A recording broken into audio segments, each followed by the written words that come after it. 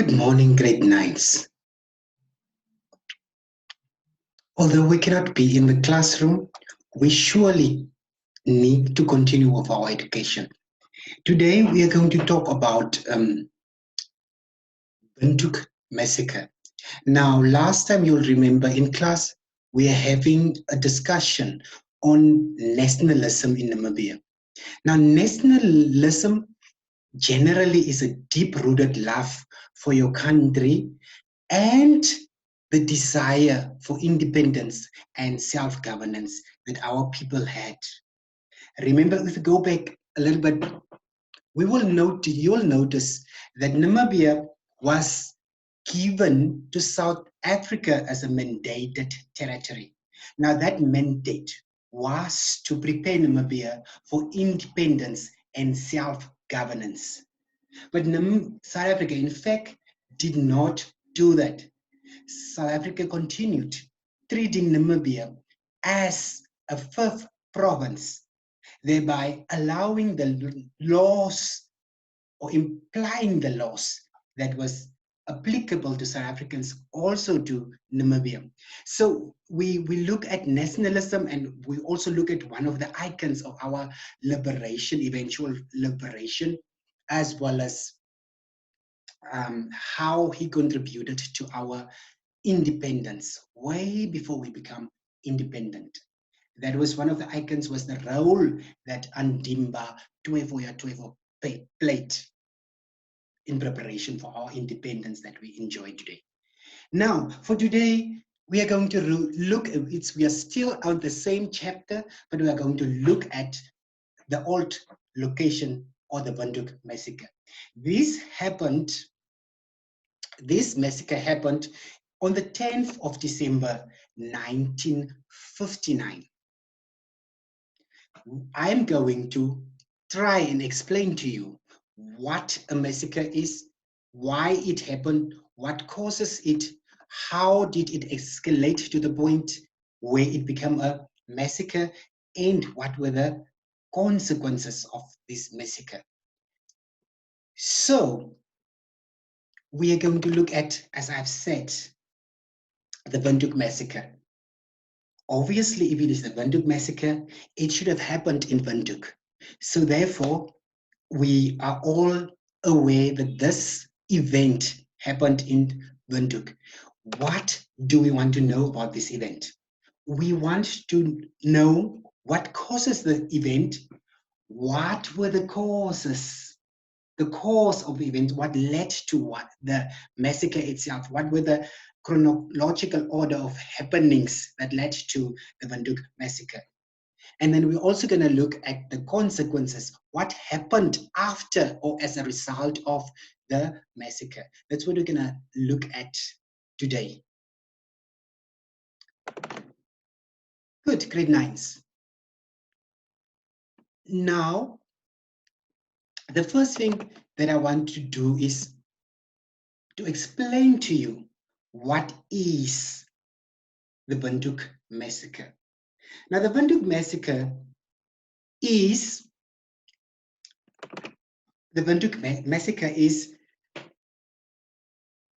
the killing of defenseless people that took place in Windhoek's old location, which is also today known as Hoogland Park. So the Windhoek Massacre happened in Windhoek. It was the killing of defenseless people, and it took place in Windhoek, what is at the site that is now today known, or at the residential area that is now today known as Hoogland Park. But at the time, in 1959, it was known as the old location. What is a massacre? That you want to know. A massacre is an incident where many people are killed indiscriminately without any reason or mercy. So it means it's not that the killers do not discriminate. They don't look at whether you have a gun, whether you are a woman, whether you are a child, whether you are a man. So it's indiscriminately. So that is a massacre. It's a killing of many people without. Usually it happens on armed people. So it's indiscriminately killing of many people without reason or without even having the decency of being merciful. So as I said, we are going to look at the causes of the Old Location Massacre. Now, as I've started in the start of this lesson, I told you that Namibia was given as a mandated territory to South Africa.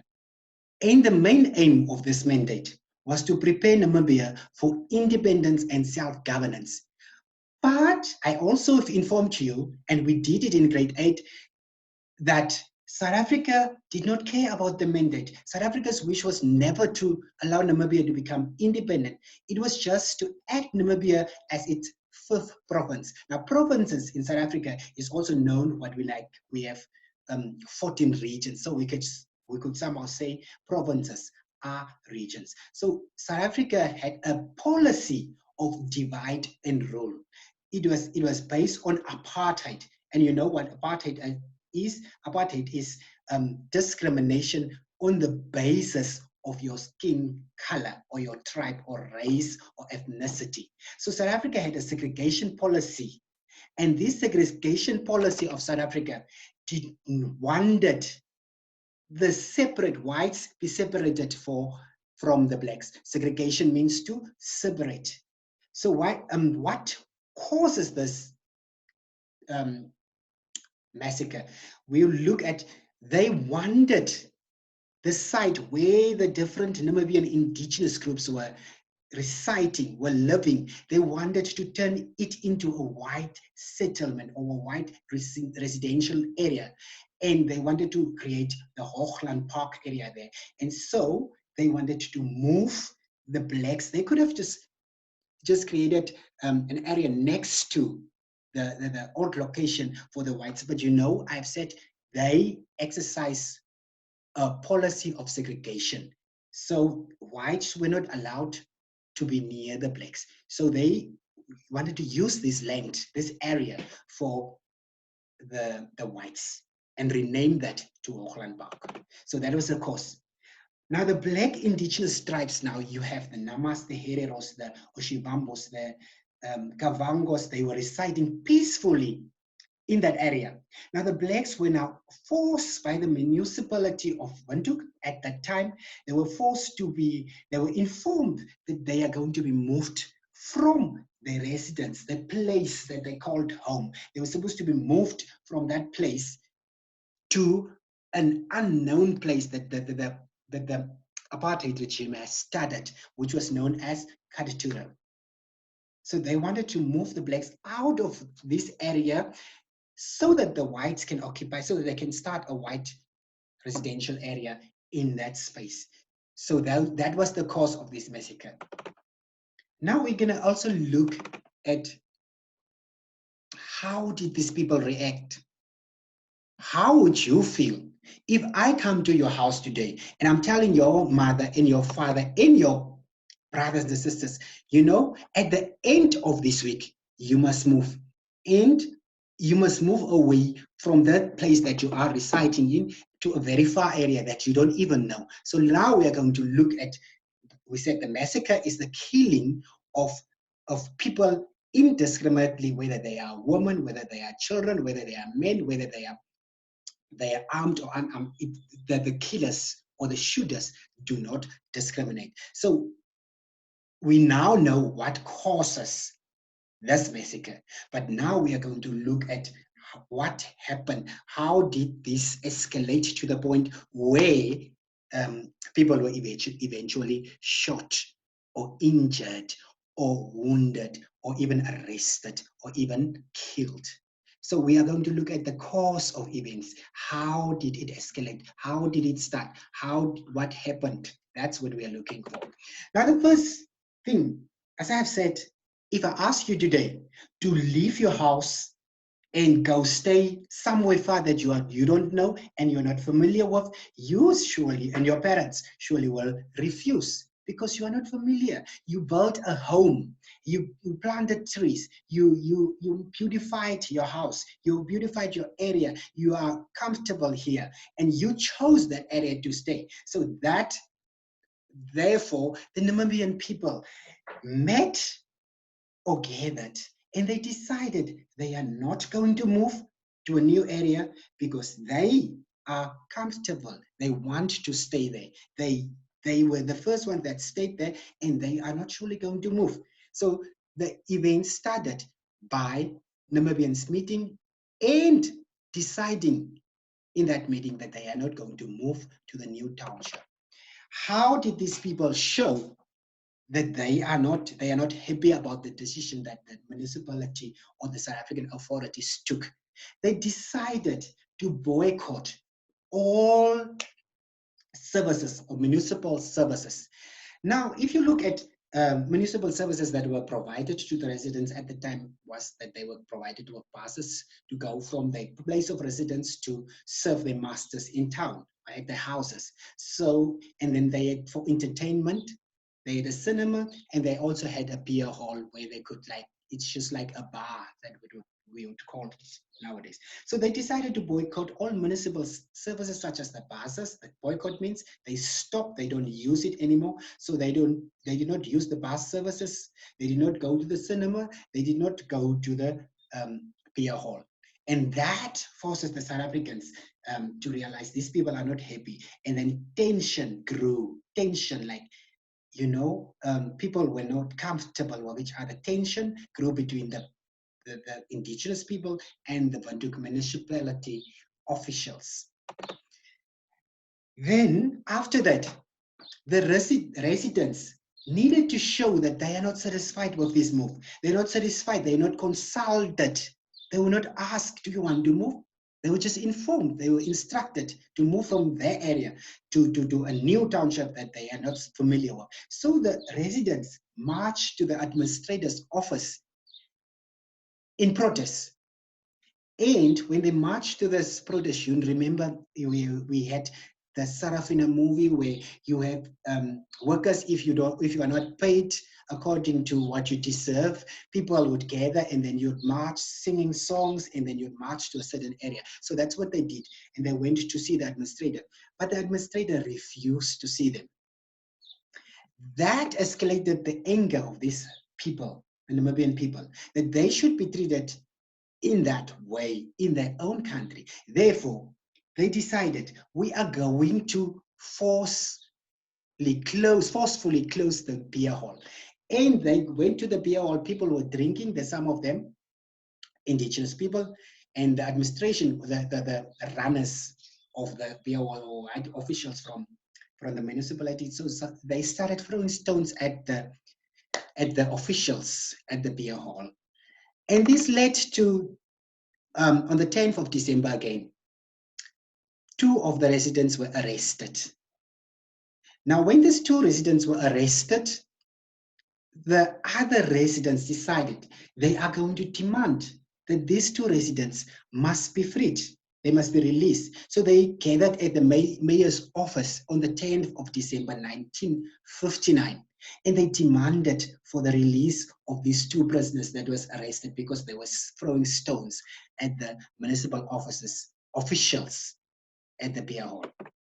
So the municipal officials could not handle, or the mayor's office could not handle these people because they're quite angry and they were throwing stones. They were now demanding for their rights. So the police were brought in, and these police, when they were brought in, they demanded that the residents should disperse. Disperse means to, like, they need to separately go to their houses. They need to move away from that area. But the people refused because they wanted their demands to be met. First of all, they did not want to move to Katutura. Secondly, they wanted the 2 prisoners that were arrested the previous day on the 9th of December. They wanted them to be released. So they decided not to move. Police opened fire on these demonstrators. There were children, there were women, there were men, they were unarmed. Basically, they were armed with stones. But police just opened fire. They started shooting live ammunition at the people. You see, it was very unorganized or disorganized, one should say, because everyone was running around for his own, to save his own life. Many people were killed, innocent people. Amongst them was a prominent woman named Kakurukade Mungunda. Many people were also wounded, and a lot of people were arrested. So that's the course of events. Remember, if you go back to the start, it started as they were forced to move. People met and they decided not that they are not going to move. Then, if we recap a little bit, then when they refused to move, they wanted to tell the administrator that they are not in agreement with this decision, that they would be moved to Katatura. Therefore, they decided that they are going to march to the administrator's office. I think if the administrator would have come and they would have discussed that, maybe a solution would have been found. But the administrator refused to move. Therefore, people went to the next extent of closing forcefully the beer hall by throwing stones at officials. And then 2 residents were arrested. They went to see the mayor and demanded that these 2 prisoners must be released. And the police were called in, and when the police came, they asked the demonstrators to move. The demonstrators refused to move, and that's when live ammunition was used on the demonstrators. People were killed, many people were injured, many people were arrested. That is the cause of events. You see, it started like I've tried to explain how it started and how it escalated to the point or came to the point of the massacre itself. So we said the massacre is that when people were killed indiscriminately. It's an event in which people are killed indiscriminately without showing mercy or without reason. You cannot open fire on unarmed residents or civilians. Now we're going to also look, I'm going to give you some time. We're going to discuss. We said that these people refuse to move. So why did these people refuse to move? Why would you refuse to move from your house if I informed you? So I'm going to give you a minute to discuss with your siblings, with your parents, whoever is around, or even with yourself. Reason for yourself. The following question: why do you think people refuse to move from the old location? I'm going to give you a minute to discuss that, and then we're going to see. You're going to write at least 3 reasons down, and then we're going to look at whether those reasons are the same or at least in the same vicinity of the reasons that I will provide to you. Your 1 minute starts now.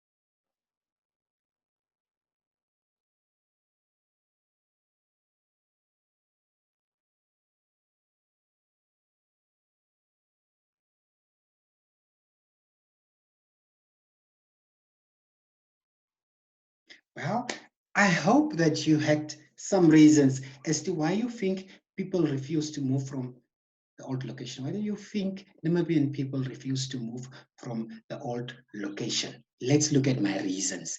And now you compare my reasons that I'm giving to those that you have. These people lived there for a long time. They lived there for many years. Therefore, they did not want to move. My other reason is their homes and gardens were there. So they made homes out of their houses and they made gardens and they beautified this place and they made the place like they wanted it to be. So it was difficult for these people to move. And then if they were forced to move to Katutura, they were expected to pay rent, which means they had to accumulate, they had to put on extra cost, which means they had to pay for those houses in Katutura. And then Katutura was even far away from that area, and even far away from the workplaces, from the central part of the town or the city at the time, town. And they had to travel long distances to and from work now if they go stay in Katutura. And that would also add another cost. They would have to pay for transport. So that was the other reason that they refused to move. And then one of the last reasons was that the graves of their parents, their forefathers, their ancestors were in the old location, and they did not want to move away from these graves. That is also another reason. So look at your reasons and the ones that I've provided, and see whether we were in the same line. I'm sure you are also thinking about, amongst others, these reasons. So that is the reason why people refuse to move from the old location to Katutura. Now we're going to look at what were the consequences. We said we look at the cost. What caused the massacre? The cause of the massacre was that people were forced to move from the area that they were living to an unknown area far away from everything. Then we look at the causes of even how things happened, how things escalated to the point where people were killed indiscriminately. That is what we call a massacre. Now we're going to look at what were the consequences of the massacre. You know, action and then consequence. Action, for instance, if you study, you will pass. So passing is the consequence of your action of studying. So now we're going to look at the action was the massacre, and what is the consequences of that massacre. Grade 9s, we talk about nationalism in the beginning. So now, after this massacre, the ruthless killing of Namibian people indiscriminately, the Namibian people were up in arms. The Namibian nationalists were now wanting the country to be governed by their own people. So we talked about nationalism in the beginning. Now, nationalism is the love and the pride that you have for your country, and the determination or the feeling of let us, the people of this country, rule our own country. So we refer to people that has that desire of self-governance and independence. We refer to those people as nationalists. So nationalists like Sam Nujoma, our former president, left the country and went into exile. Exile means leaving your country and staying in another country. And when he left that country, he had the urge to notify the world that the injustices that is done against his people in his country, and he needs to notify that to the world so that South Africa can be reminded that you are supposed to look after us. You are supposed to prepare us for independence and self-governance. You are not supposed to kill us.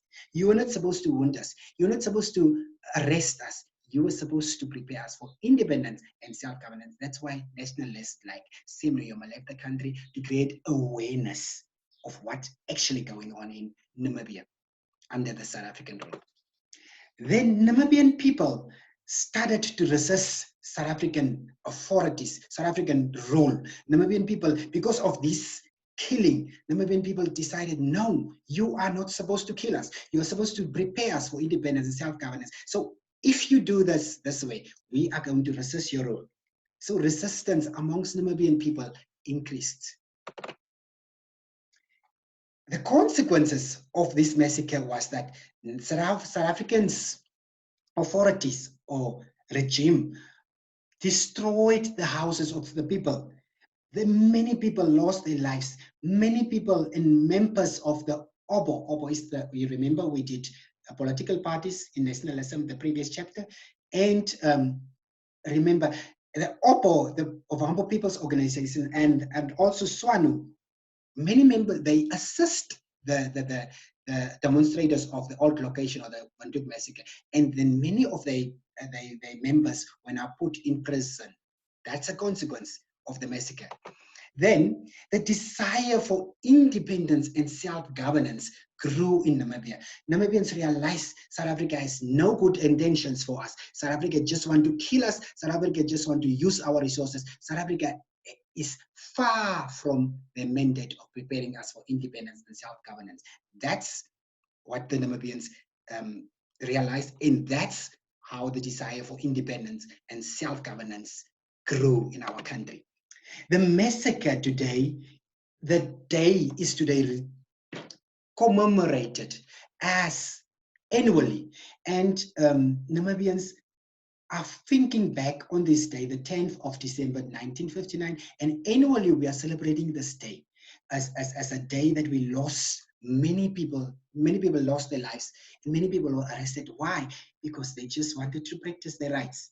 And also internationally, this day is also known as the International Human Rights Day, and also because of the contributions that Namibian women, prominent women such as Mungunda played, it is also regarded as Namibians Women's Day.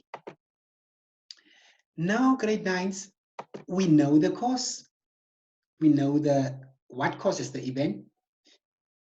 We know the cause of events. We know how it escalated. We also know what were the consequences of this Windhoek Massacre. Now I'm going to give you some of the questions. In grade 8, we learned that history is quite an interesting subject. Interesting in many aspects, that it is not similar to other subjects. It is not marked in the same way. It has a different structure of questions, a definite structure of questions. It also is allocating you 3 marks for Mahala, like you'd say. And now we're going to look at the types of questions.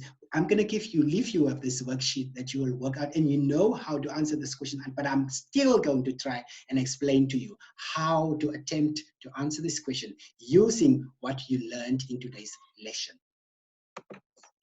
Now, an A question in history is always asked, in what way did something affect someone? That's the A question. It cannot be another type. You cannot say define, you cannot say discuss. In history, we have a definite structure of how we ask questions. And an A question will always be, in what way or how did something affect the lives of someone? So in this case, we are going to look at, and the mark allocation is 4. In what way did the Windhoek Massacre affect the lives of the indigenous people? Very important. You need to know what way affect lives. What way did what affect whose life? That's what you're being asked.